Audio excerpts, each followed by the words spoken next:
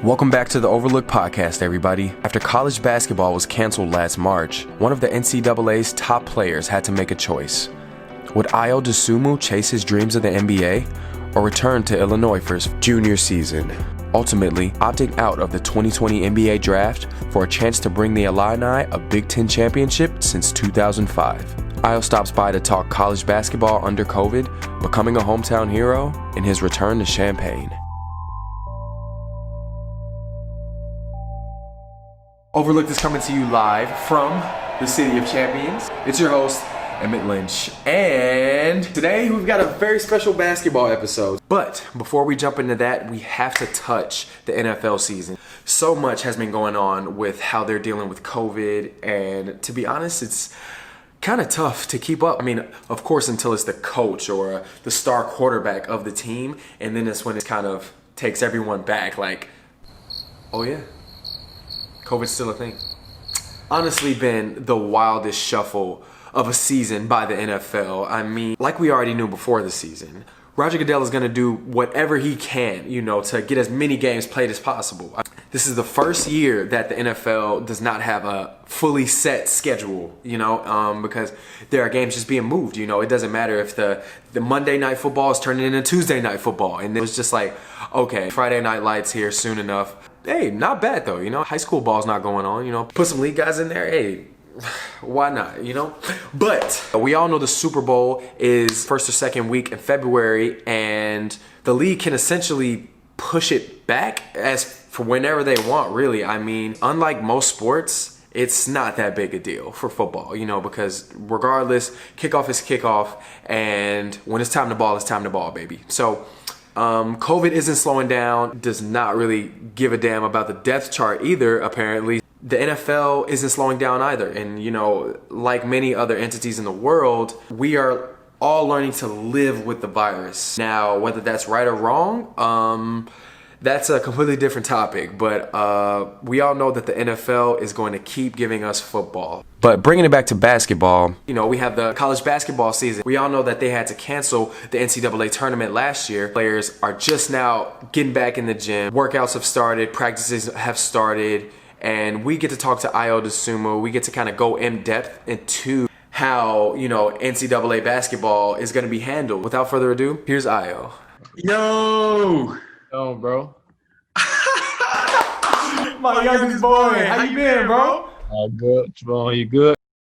I'm all right, man. Long time no see. Yeah, man, been a long time. All good, though. Hold on, I'm gonna change my shirt real fast. Go ahead, bro. What you on, bro? You got a nice setup. My boy, how you feeling, bro? All good. Can't complain.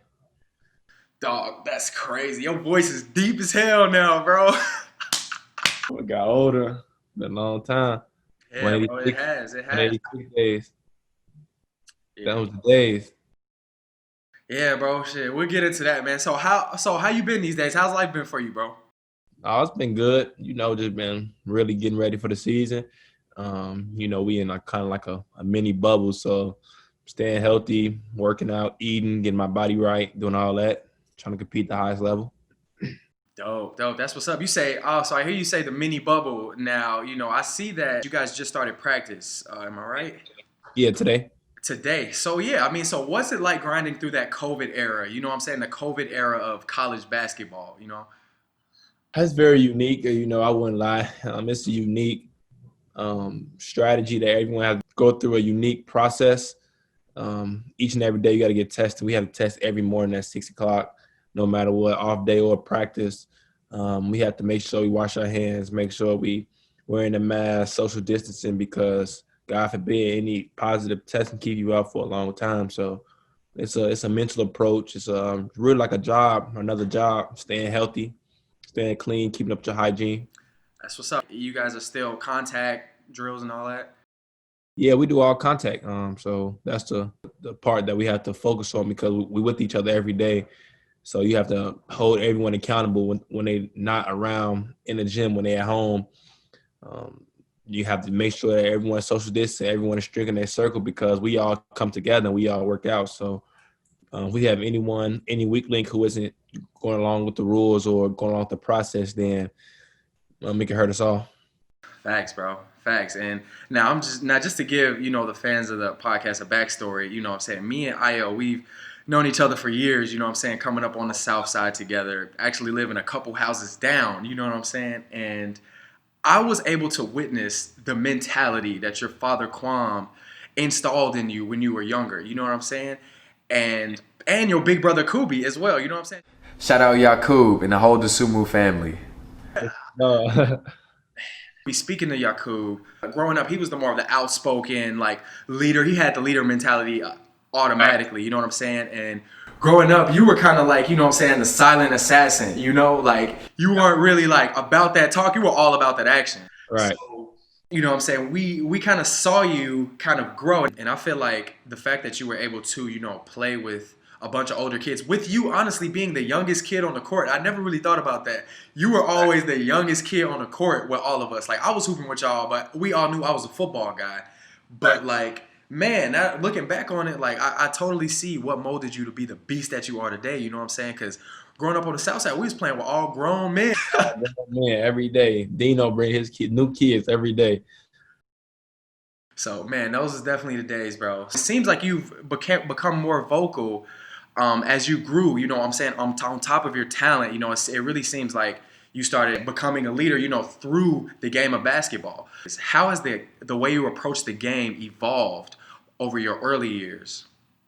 Pretty much how you stated, growing up, always playing with people older than me, no matter what environment I was in, always playing with people older than me, whether it was Tariq, Kubi, you, anybody, everybody in the cul-de-sac, everybody that I grew up with, I always was the youngest one, and I always wanted to compete. So the older I got, I try to use all the skills and all of the details I learned from being around older people, playing against older people, taking that mentality to be able to compete against older people. And I just started using it in my everyday life, start using it more and more, watching a lot of basketball, Kobe, Michael Jordan, how they attack the game. And it just started becoming a part of my identity. Nice. Absolutely. And you mentioned Kobe, and I mean, hey, Overlook coming to you live from the City of Champions, baby. We did it. Yes, how you feel about the Lake Show taking the title? Oh, that's something that I'm always proud of, people who have worked hard. LeBron, AD, the whole team, they worked hard. A lot of people put a lot of pressure on them. A lot of people doubted them, and, they overcame it. So it's motivation for me because, I love to see people eat. I love to see people win. Just motivates me being a competitor. Backtracking here, you went to Morgan Park in Chicago, you know what I'm saying? Inarguably an MP legend. Coming up in Chicago, it really matters what school you go to, you know what I'm saying? Especially if you're trying to play sports. Like, you know what I'm saying? You really got to make some chess moves at the end of the day. So how did you make your decision on where to play high school ball? Actually, my freshman year, I went to Westinghouse on the west side of Chicago. I end up leaving my sophomore year, like you said, making the chess move. This was a better platform for me to showcase my skills. But really, I came into high school with a mentality of it being a marathon. Of course, you do have to make chess moves. At the end of the day, you do have to do the best that's for you and your future. But when I first made my decision, I was thinking about getting better. And I think going to Westinghouse definitely involved me as a player because I was able to see my game evolve. I was able to try new things. And, I worked as hard as I can to be noticed and being seen. Going to Westinghouse where you don't get out a lot of notoriety going there. So me and my dad, my brother, we went there. We had lots of fun. We worked hard. And then when it was time to make the move, transfer to Morgan Park, of course, I seized the moment and made the move. Word, that's what's up. And coming out of high school, you had lots of top Division I schools recruiting you, from the USCs, the Wake Forest, the Kansas. But out of all those schools that offered you, you signed to U of I. And you kind of took the whole make champagne lit again wave. You know what I'm saying? That's what you was on, and we all knew it. And we commend you for that. So, signing and committing to U of I, would you say that it was a legacy move? Definitely. I mean, I was definitely looking at my legacy down the line where whether it's my sophomore year, freshman year, or, junior year, me coming back this year, I knew that I was going to be able to try to compete for a national championship. And that was my goal. 20 years, 30 years from now, I want to be looked at as, one of the guys that help turn Illinois around, turn Illinois into one of the best programs as it already was, but just giving it that knowledge, giving it that spark that it deserved, that attention that it deserved. And I just wanted to do it for my home state. Born and raised Chicago. It was no better feeling than to, win in my own environment, win in my own state, my home state. So that really was the approach that I had on it. Yes, sir. Absolutely. And you did it, and you're still in the middle of it right now, but so far, so good. I mean, you ended the drought. Essentially, you brought the Illini back into the NCAA tournament, one of the top players in the Big Ten your freshman year. How did you feel, once you started to see, your plan take effect? It was just every time I checked the box off, I just wanted to reach for more goals. Definitely last year our goal was to make the tournament and then try to go as far as we can. Now we have to get back to that same level of playing, but we have bigger aspirations. This year we have much bigger aspirations than making the tournament. We have much bigger and better goals, and there's no better group that I'd rather do it with, no university I'd rather do it with. Being a young leader in Chicago and not just a social figure or a rapper, what I'm saying? Shout out G Herbo. He's one of my favorite artists. I know that's your homeboy as well. Yeah, he good. Yeah, for sure. So I want to know, how important do you feel it is to represent this city of Chicago in your career? I mean, it's definitely one of my main goals, just trying to keep showing the example for the youth, keep showing people that no matter where you start at, my freshman year at Westinghouse, or just not being really nationally ranked or known, no matter what sport or what crafts you do, whether it's basketball, football, cooking, dance, anything you want to do, Yes, as long as you put your mind to it and you just keep working at it, it could be accomplished. Yes, sir. Right on, bro. Piggybacking off of all of your accolades, you got invited to the 2018 Olympics on the USA men's basketball team. Now, what was that experience like, Oh, that was a crazy experience, being able to compete for a gold medal. And the crazy part about it was how it was so many great players left off the list. So just being able to be chosen on that list. We ended up beating Canada for the gold medal. We won gold medal that year. To compete for a gold medal, compete for my country, that was definitely a accomplishment and a dream come true. Like, so you have a gold medal at the crib right now? I got a gold medal, yeah. It ain't in your room, is it? It's not here. It's Chicago. My mom got it hung up. Yeah, for sure. That's definitely that's a living room joint right there. That's a lifetime accomplishment. Yep, for sure. Now, you had a chance. We all know that you had an opportunity to go to the NBA last year, but you withdrew from the 2020 NBA draft. So how hard was that decision for you to make, to return back to U of I for your final season? It definitely was a tough decision, knowing that I had the opportunity to go pursue my dream. Playing the NBA has been my dream since I could remember saying the words. I know you. So, having that opportunity and then, not taking it, it definitely was a tough decision. But what made my decision much more easy is putting the work in throughout the process. So while I was going through the process, working as hard as I can, getting my body right, getting my mind right, getting my game right. So knowing no matter whatever route I take, I'm going to prove whatever wrong, whether if it was going last year, proving that I can belong there, or this year, proving that I can belong there also. So, that was the mindset I had. That was the mindset. It was a tough mindset. It was a tough decision. But at the end of the day, I know I made the best decision because just seeing the growth I made just from that day to now is crazy. Facts. That's what's up. So are you at the crib right now? Are you in the dorm? No, I got an apartment. Yeah, I know you ain't in no dorm. Yeah, for sure. Ain't no way you in the dorms. I got an apartment. Who your roommates? I got Tyler Underwood, coach's son. Oh, word. He cool dude? Yeah, he real cool. That's what's up. So I know another one of your boys is Kofi. Kofi Cogburn? Yep. Yeah, that's your boy. So describe the 1-2 game between you and your boy Kofi. I mean, he's a beast. You know what I'm saying? I mean, he jumped real high. I can say that. So he's a joy to play with, a great talent to play with. Throwing him lobs, seeing him grow since when he first stepped on the court, it's been amazing knowing how much better he can get. Word, and it's really exciting to watch you guys on the court together. You know, like you mentioned, you throwing him lobs and all. Would you say that you guys are the Kobe and Shaq of the Big Ten at the moment? That compares to Kobe and Shaq, that's a blessing. That's a blessing. They on a different level though. They won 3 championships in a row. They got so many much more accomplishments. But me and Kobe, we do have a pretty good, strong connection. Yeah, absolutely. I could tell. I mean, so what NBA player would you say your game resembles the most? I wouldn't say it's one player, but I definitely do try to like take. Are you like a hybrid between players? Like, what would be the players? I would say probably like maybe Drew Holiday, Shea Gilgeous-Alexander, John Wall around those players, you know, like big guards who can create a shot for themselves, who also can pass, defend, just big guard. Yeah, for sure. And we all know ultimately, you play your own game. You know what I'm saying?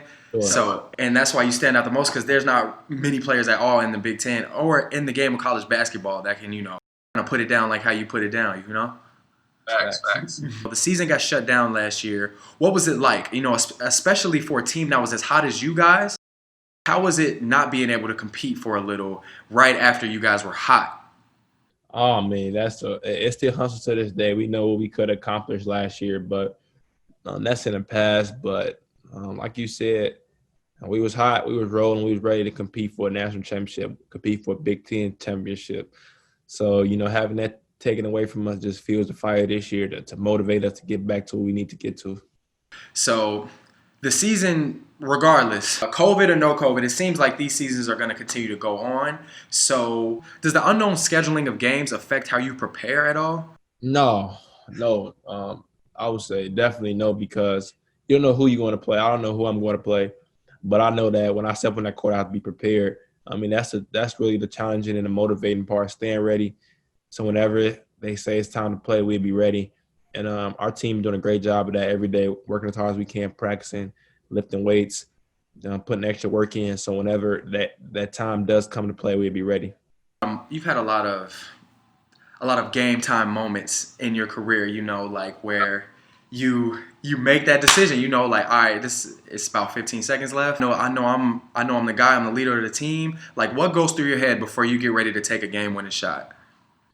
I just try to stay true to your technique. I just imagine I'm in the gym by myself, getting ready to do the move that I practice on each and every day. And then the instinct just comes out of me. That's like really that quick moment where I'm in the moment so much that I really can't think of anything else. I just try to trust my technique. And then after the moment, 10, 15 seconds later, that's when I realize, okay, what I just did. But normally I just get into a moment, get into a zone where like I'm really just like so tunnel vision within making the right play and trying to execute whatever I'm trying to do, that like those 5-6 seconds is hard to really explain it. Yeah, absolutely, man. Hey, we'll never know a method to the madness, but we definitely know that, what I'm saying, you are built for those moments, and I feel like that's why U of I mean, I know that they're super excited to have you back. Like, so what's the environment like, at U of I with them knowing that you had an opportunity to leave the university? What's the environment been like on campus? Oh, it's been crazy. It definitely would have been much more crazy if, without COVID and those situations. But it's been exciting. We all know what we could compete for, what we can accomplish. So, everyone is excited. Everyone knows that we put the work in now. We're going to be rewarded at the end of the season. So it's definitely been a fun environment. Word. I bet. So, I mean, I kind of just want to just rap with you about, like, just family life, bro. Like, how's the transition been? I ain't really seen you in, 10 years, dog. Like, how's everything been? Like, how's the family? Oh, it's been great, man. Everybody been good. We just been working. My sister's good, Kubi good, both my parents good. So we just been working, getting it in, working as hard as we can. I'll be talking to Eric a lot, talk to your pops a lot. So, we just been chilling. Yeah, man. So, what are some things that you would say you looking forward to for this season and beyond? I'm looking forward to winning the Big Ten championship and competing for a national championship. Those are my two main goals right now. Anything else that comes with it is an extra bone, but that's what I'm really focused on now. Staying healthy, keeping all my guys healthy, all our staff healthy. Word. That's what's up, bro. So what's the schedule like for the day? What else you got going on? Nothing to play a little Madden, chill, eat, relax, play some video games, chill out. You be on Xbox or PS? Xbox. Never. I'm Xbox too, bro. You don't play the video game no more? I be on the game, bro. I be on the game. I be playing like GTA, FIFA. I be running FIFA. We get on GTA, get some heights going. You gonna have to text me your gamer tag after this, bro, because I definitely be online. We can kick it. All right, bet we get in there. Ain't nothing. Hell yeah, bro. So, all right. So you've done a lot of interviews in your career. So what would you say would separate like you coming on Overlooked and to talk to me than, rather talking to a sports journalist of some sort? Oh, definitely. It's different when you talking to someone who actually played the game, any sport, when they actually, competed. Mm-hmm. It just comes different vibe, different interview rather than someone who just interviewing you. I mean, what they doing their job, that's cool and all, but it's different when you actually interviewing with someone who played the game. Exactly, because I feel like we all understand, just as athletes, like people will probably never even guess that we, grew up together. It's insane. Right. Exactly. All right, that's a bad, bro. So, yeah, man, hey, I wish you the best of luck on the season. I know you're going to kill him. Represent the city proud. We all behind you, and it was great having you on the OVL podcast, my bro. All right, Brody. All up. I'm going to hit you. All right, bro. Stay up. Thanks for tuning in to the Overlook podcast. Stay tuned for next week's episode.